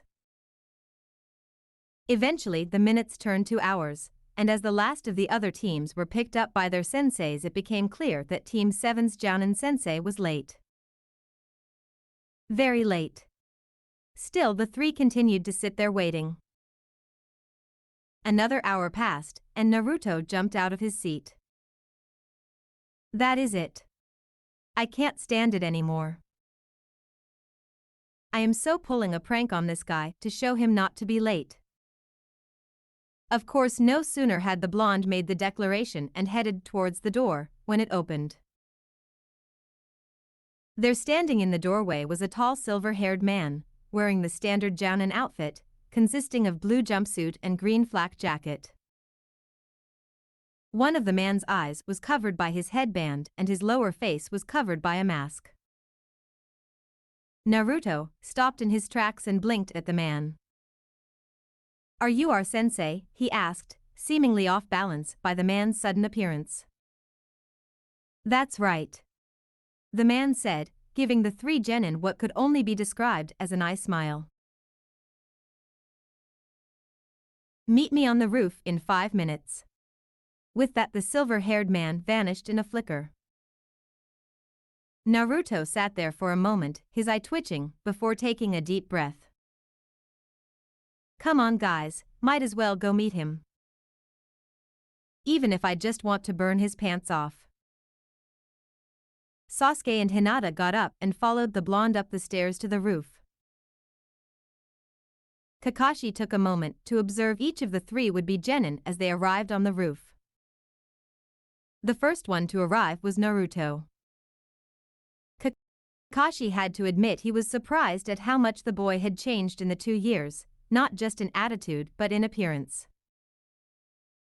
Where once he had worn t-shirts and shorts like other kids, he now wore a set of red armor with gold trim. The armor itself was reminiscent of the armor worn by shinobi during the Great Clan Wars, although the chest area and bracers on the forearms seemed to be of a foreign design.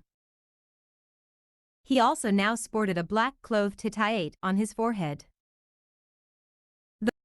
The blonde boy was now a good deal taller than he was before, and while he was still on the short side, he could no longer be considered the shortest in his age group. He had also gained a lot of lean muscle as a result of his training.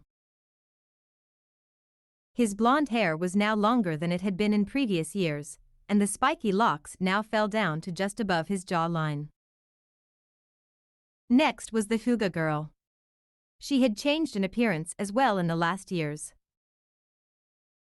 She had grown out her hair, so that it now fell down to the middle of her back, and instead of wearing a baggy fur-lined jacket and short pants, she now wore a deep purple yukata, with long loose-fitting sleeves, giving her enough room to hide weapons in them if need be. Around her neck she had a long blue scarf that she had attached her Hitayate to. It turned out to be the Uchiha who had changed the least of the three. The dark-haired boy was still wearing his high-collared blue shirt and a pair of white shorts. Indeed, the only change that was really noticeable was that his hair was slightly longer than before and now wore his Hitayate on his forehead. Kakashi waited until each of them had taken a seat in front of him, before speaking. Well, now that you're all here, why don't we take a moment to get to know each other? He said. Let us know what you like, what you don't like, what you do for hobbies, and what sort of dreams you have for the future. I'll go first.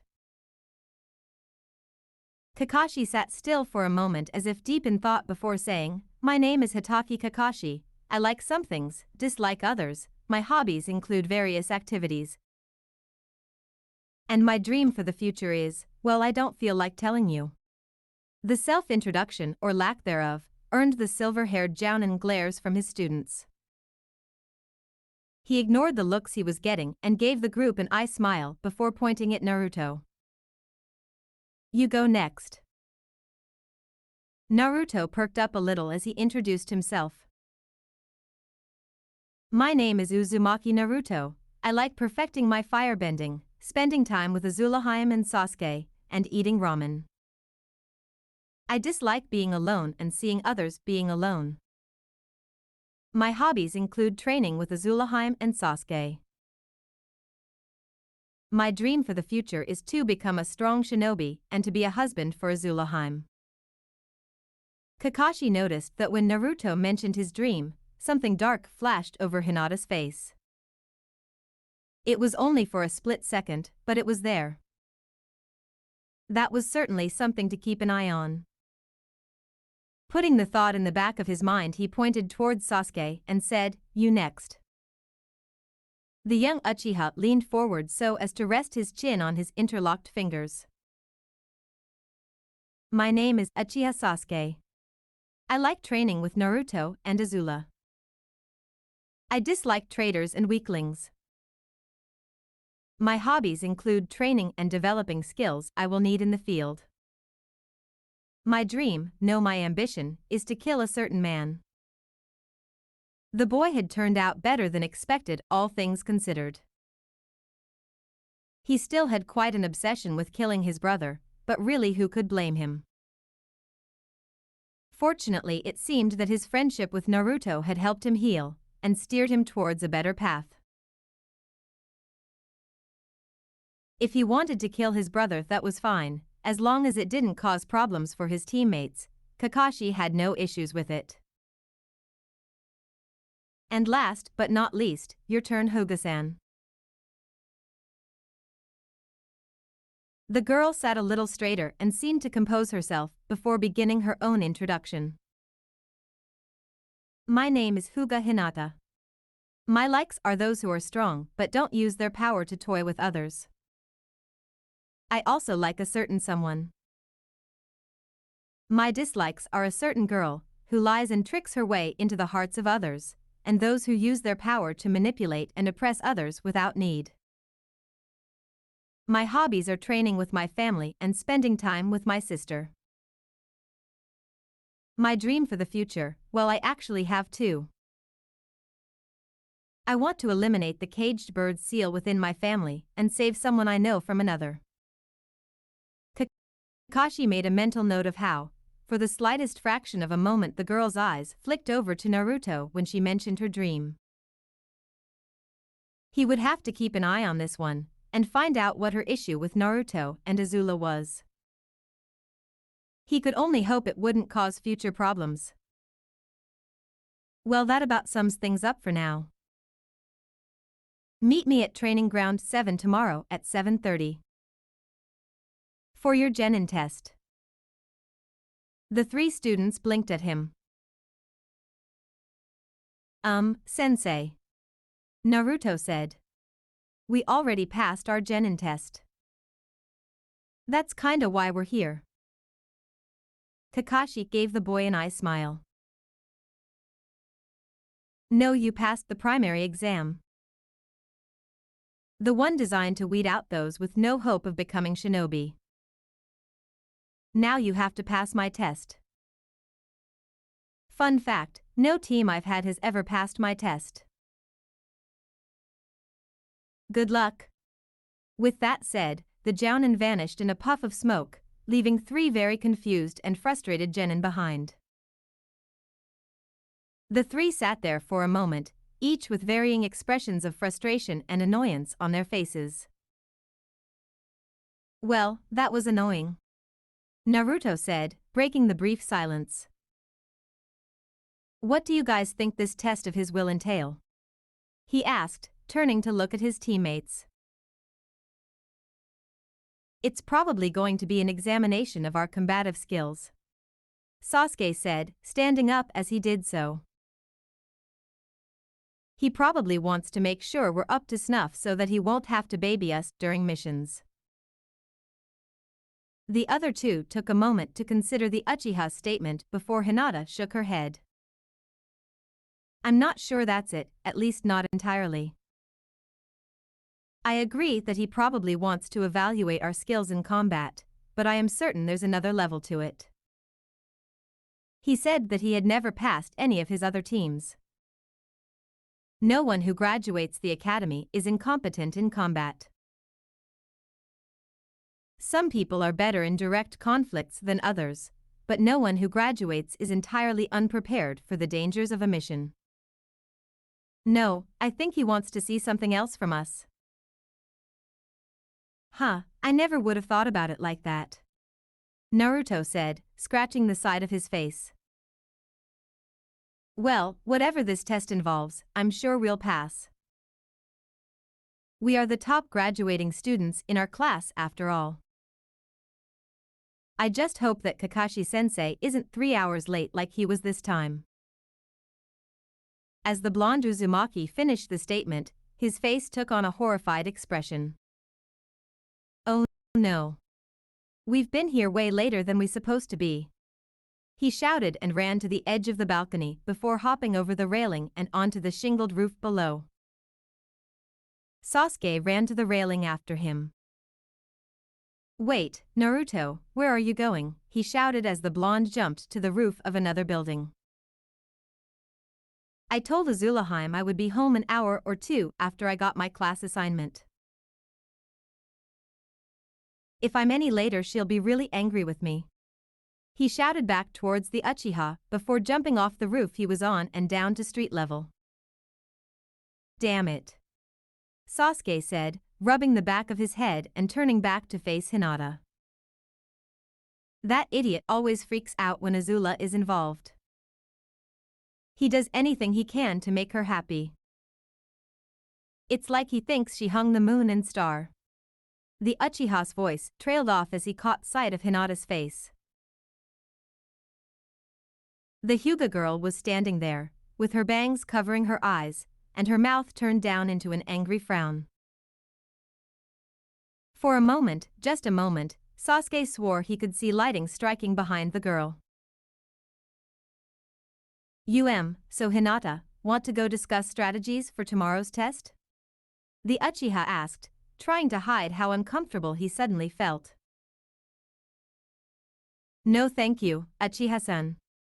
I must go home and inform my father about which team I was placed on. Sasuke managed not to take a nervous gulp. Oh, okay. Well, see you tomorrow, I guess. When Hinata had left the balcony and Sasuke was left alone, the dark-haired boy let out a loud sigh of relief. Okay, that girl is terrifying. I am so glad she's after Naruto and not me. Sorry Naruto, but this one problem you have to deal with on your own. I'm not getting involved in this one if I can possibly help it.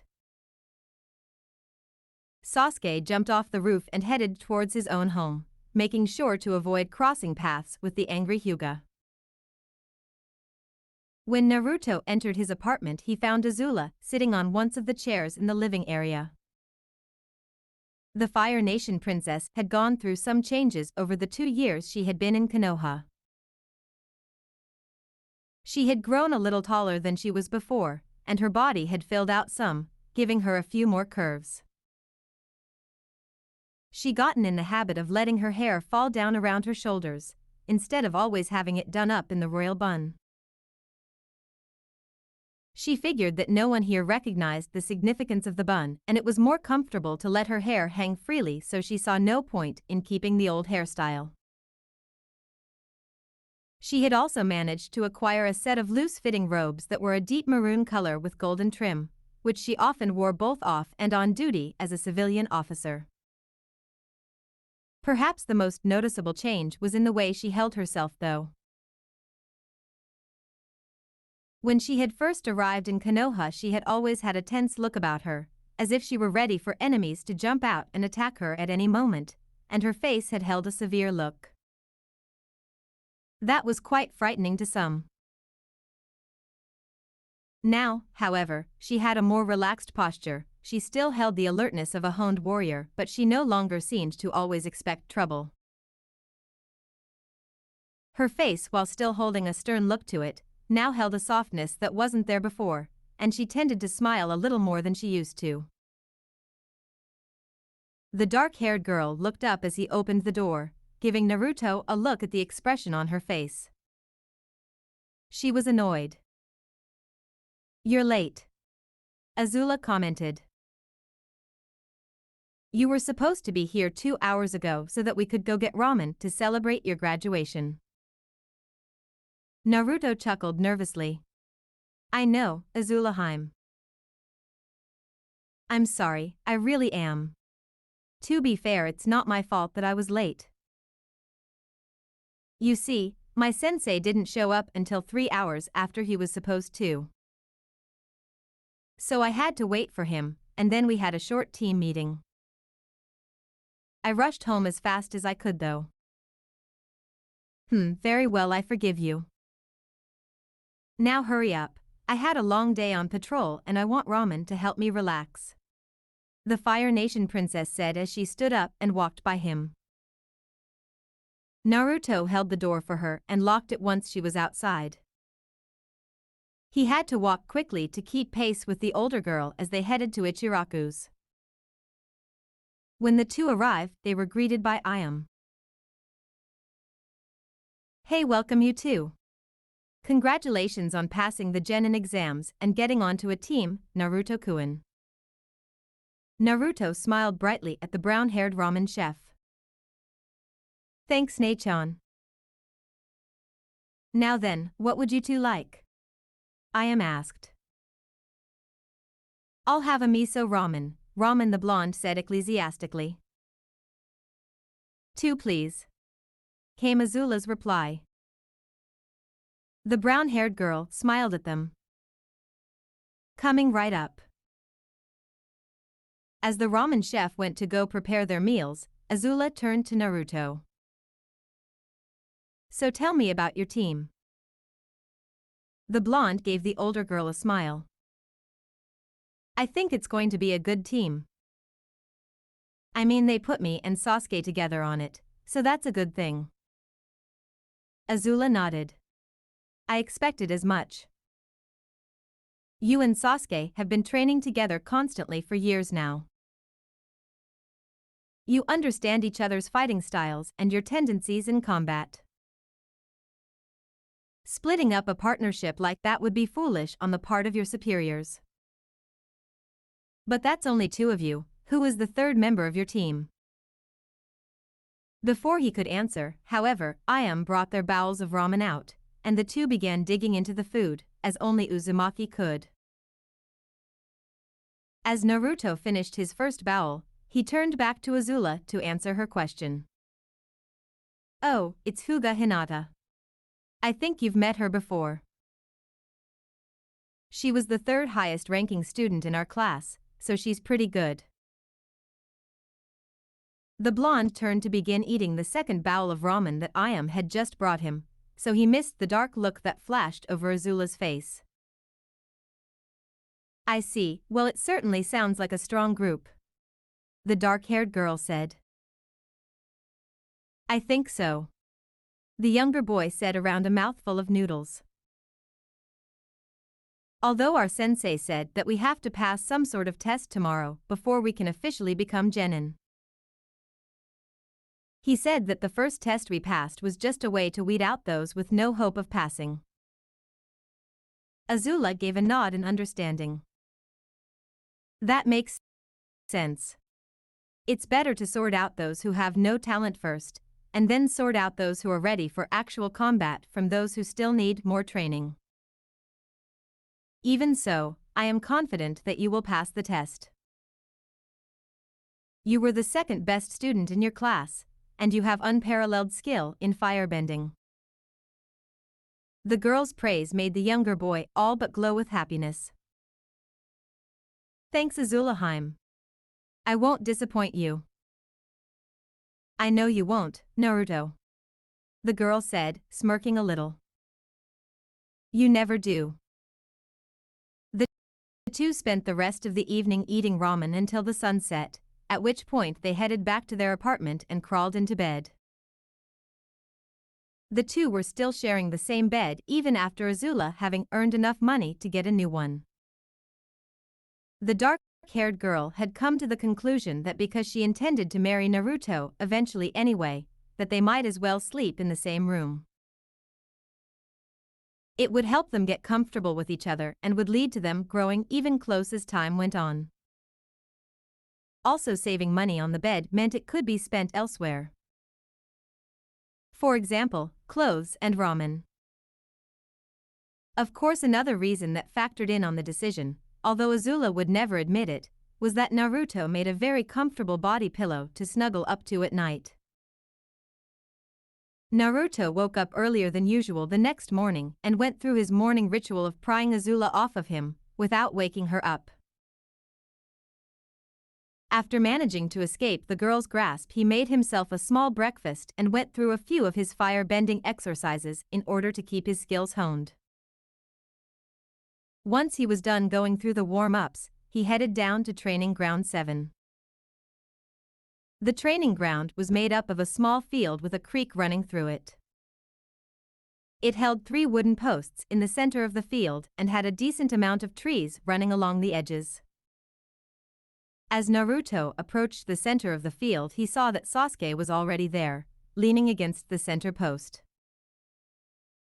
The blonde boy took a seat on the Uchiha's left and leaned another of the posts. It wasn't long before the third member of their team showed up as well.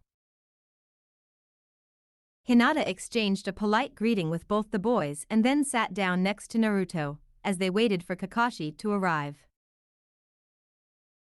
History repeated itself, and just like the day before, the sliver-haired Jounin was 3 hours late. By the time the man finally showed himself, each of the genin had their own visions of punishment that they wished to inflict on their tardy sensei. Kakashi, however, ignored the death glares he was receiving and greeted the group this wave and cheerful voice.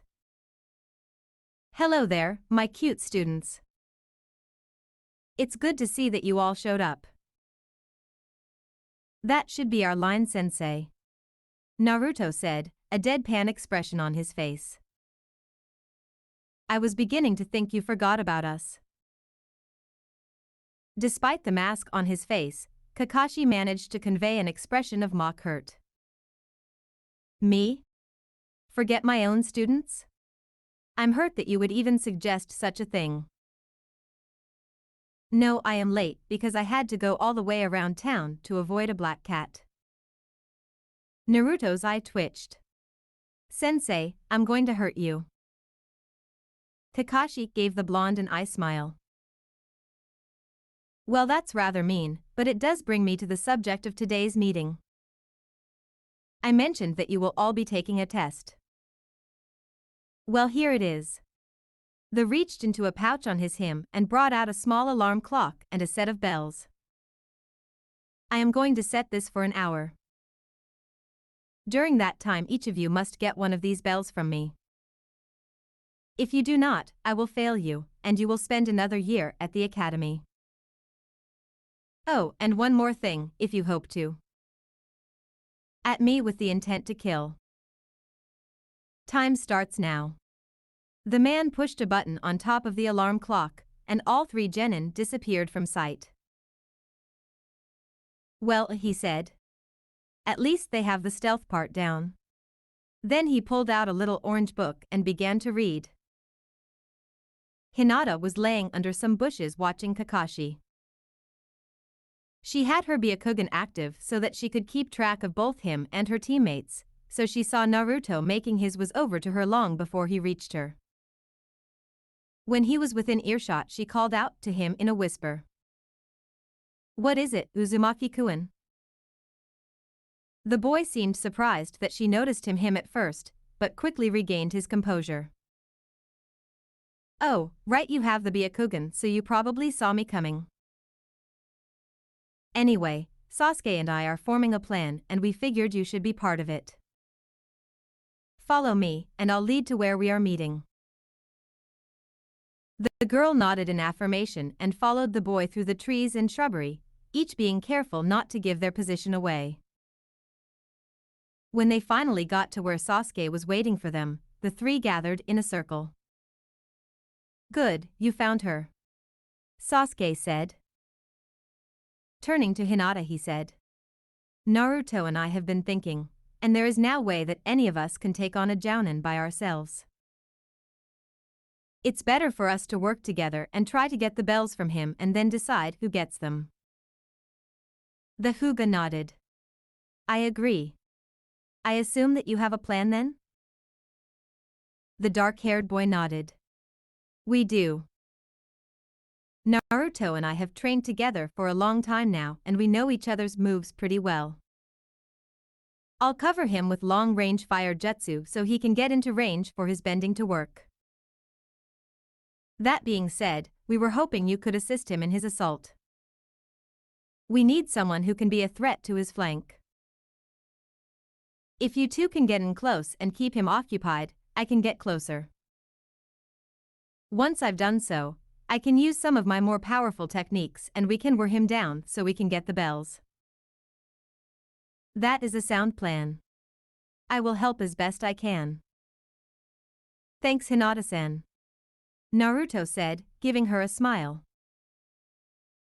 Alright, you two, get ready. Sasuke said, as he climbed up a nearby tree to get a good vantage point. I'll launch the first attack in a moment. The Uzumaki and Hyuga got into crouching positions, ready to spring forward at a moment's notice. They heard Sasuke inhale and then saw several small fireballs launch from his position. The two recognized the attack as Katan, Hozenka no Jutsu. The two rushed from their cover as the fireballs launched. Kakashi looked up from his book at the incoming attack. He dodged them without issue, but the attacks were patterned in such a way that they forced him to stay in the same general spot, keeping him pinned so that Naruto and Hinata were able to close the distance between them. Naruto, having a longer attack range than Hinata, was the first of the two to launch an attack. Jumping high so that his attack would go over the girl's head, he entered a spinning kick that sent a wave of orange flame at the Jounin. Knowing the silver-haired man would dodge it, he sidestepped to the left and launched a punch that caused a jet of flame to leap from his fist. Kakashi was forced to duck under and to the left of the first wave of fire, but had to cut his movement short as the second blast hit the ground in front of him. Just as he finished dodging the two blasts, Hinata got within striking distance. Kakashi looked up from his book. Well, you three seem to have come up with a plan rather quickly. Working together even though only two of you can pass? The wide-eyed girl said nothing, but leaped at him, aiming a palm strike at the Jounin's chest. He sidestepped around the attack, launched a kick aimed at the girl's face, forcing her TP jump backwards. The Hyuga recovered quickly and darted around the man's right and launched another 3 strikes at the man, 1 aimed at his chest and 2 aimed at his legs. The Jounin dodged each of the strikes by taking long, calm strides backwards. His retreat was cut off, however, as yet another blast of fire from Naruto's fist landed in his path, forcing Kakashi to hop to left in order to dodge the fireball and yet another strike from Hinata. Kakashi smiled under his mask as the Uzumaki and the Hyuga advanced on the silver-haired man, each holding a ready stance. Well, you two seem well coordinated, but how will you handle this? As he asked the question, he pushed chakra into his legs and jumped, using the increased strength to sail over the two's heads. Hinata jumped backwards in an effort to stay in front of the Jounin, but his leap carried him farther than she could keep up with. Just as it appeared that their sensei would successfully get away from them, Naruto did something unexpected. He moved in arms in a circular motion and summoned streams of fire from each hand. Instead of shooting off in straight lines, however, the flames began to twist and lash out like whips. Naruto used the 2 fire whips to lash out at either side of Kakashi, limiting his movement and allowing Hinata to get around behind him and launch another volley of palm strikes at the man's back. Kakashi, seeing that he had no way to dodge, ducked down into a sweeping kick and knocked Hinata's legs out from under her. The girl rolled backwards as she fell, in order to get out of the Jounin's striking distance. Naruto's fire whips managed to keep the silver-haired man from following Hinata as she retreated. The flames nearly burned the man several times, but he somehow avoided them each time. Hinata got to her feet and approached her sensei again, a little more cautious than before. Fortunately, she didn't have to attack again as Sasuke called out to his two teammates, alerting them to his presence. Naruto, Hinata, move. The Uchiha had made his way around the edge of the training ground from where he had been, before leaving the cover of the trees so that he would be able to catch Kakashi off guard with his next jutsu. As soon as the Uzumaki and Hyuga heard Sasuke's call, they both leaped backwards as far as they could. The two got out of attack range just in time, as Sasuke let his jutsu fly as soon as he called out them. He brought his hands up to flash through several signs before breathing out a large fireball traveling right towards Kakashi. The fireball was bigger than any attack that Naruto could manage with his firebending, and it covered a wide area. The three genin watched as the flames engulfed their sensei, standing there, wondering if maybe their plan had actually worked when a voice rang out from behind them. Ketten, Gukkaku no Jutsu, huh? I never expected a genin like you to have the capacity for that technique. The three genin turned, not entirely surprised, to see Kakashi standing behind them, eye smiling. You even burned that poor log I used for substitution. Shame on you, that log never did anything to you three. But I guess this does mean I'll have to put my book away for now. True to his word, the man did indeed put the orange book back in a pouch on his hip. Now then, he said, his voice losing its playful nature. Let's continue, shall we? The three genin spent the rest of the hour trying in vain to pin down the older shinobi. Each time it seemed like they had him trapped, he would launch an unexpected attack or use the kawarimi technique. No matter what jutsu the genin used, they just couldn't lay a hand on the man. When the alarm clock sounded, the three genin were all standing in the middle of the field, panting and looking incredibly worn out. Kakashi was standing in front of them, seemingly unfazed. The jounin gave a small sigh and walked over to the alarm clock to turn it off. The three genin followed the man half-heatedly, feeling both exhausted and disappointed that they had failed. As they got closer to the man, he turned to face them. Well, he said. Not a single one of you managed to get a bell, despite the fact that all three of you worked together as a team. So I have no choice but to pass you. The three genin blinked, confusion showing on their faces. Naruto spoke for the group when he said, "What?" Kakashi gave the group yet another eye smile. You. Pass. At this point, the blonde threw his arms in the air.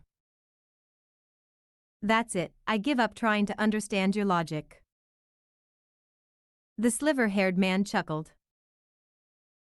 You see, this test was never to see if you could actually get a bell. Truth be told, none of you had a chance against me, even if you worked together. I've been holding my own against a rank shinobi and higher since before I was your age. No, this test was to see if you three understood teamwork, and I'm proud to say that you do. You each not only used your strengths to help the others, but you're also made sure to protect your teammates. Oh, said Naruto. Well, that makes sense, I guess. Let me tell you this, Kakashi said. Those who break the rules are trash. Those who abandon their teammates are worse than trash. In other words, one should always protect one's teammates and friends over everything else. Well, yeah, Naruto said. What kind of asshole abandons his friends?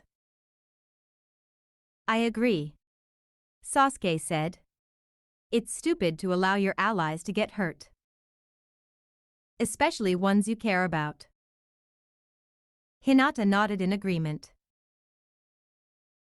I'm glad to hear that you all think so, Kakashi said, his voice holding a happy tone. Meet here tomorrow at 8 for your first mission. As of right now, Team 7 is officially a go. The statement was met by a huge grin from Naruto, a small smile from Hinata and a smirk from the Uchiha. As of right now they were all true shinobi of Konoha. As of right now they were each one step closer to achieving their goals.